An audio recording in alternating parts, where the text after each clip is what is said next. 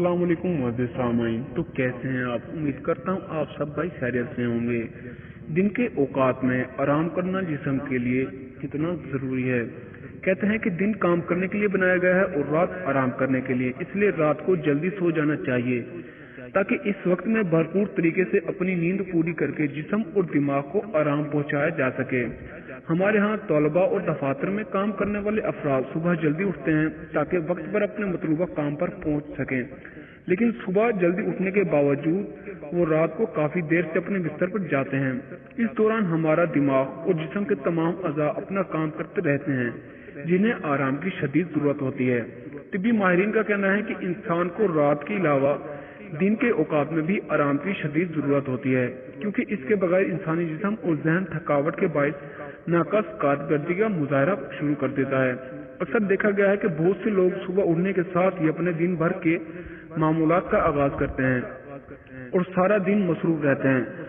सुबह उठना, तैयार होना, कॉलेज या दफ्तर वगैरह जाना, वहां पर काम करना और फिर इसके बाद दोबारा सफर करते हुए घर पहुंचना, ये सब ऐसे काम हैं जो हमारी मामूलात का हिस्सा बन जाते हैं और हम इस दौरान आराम की जरूरत भी महसूस नहीं करते, जो हमारे लिए बहुत जरूरी होती है। इंसानी जिस्म और जहन को अगर मुसलसल 8 घंटे से ज्यादा काम करना पड़े तो इसकी कारकर्दगी मुतासरा होना शुरू हो जाती है। इसका बेहतरीन हल ये है कि आप दिन के औकात में भी आराम करने की आदत अपना लें ताकि आप खुद को लंबे अरसे तक चाको चौबंद और सेहतमंद रख सकें। तलबा तो घर जाने के बाद कुछ देर के लिए आराम कर सकते हैं, लेकिन दफातर में काम करने वाले अफराद के लिए भी जरूरी है कि वो दौरान ड्यूटी अपने काम से सिर्फ 10-15 मिनट की ब्रेक लें। किसी निस्बतन पर सुकून जगह पर बैठकर अपने जिस्म और दिमाग को पुरसुकून करें। इस मकसद के लिए सोना जरूरी नहीं, ताहम ये जरूरी है कि आप कुछ देर के लिए अपने जिस्म, दिमाग और जबान को कम से कम इस्तेमाल करें ताकि वो अपने पूरे आज़ा को आराम दे। इससे आपके अंदर नई तवानाई पैदा होगी जो आपकी कारकर्दगी को बेहतर बनाने में मददगार साबित होगी।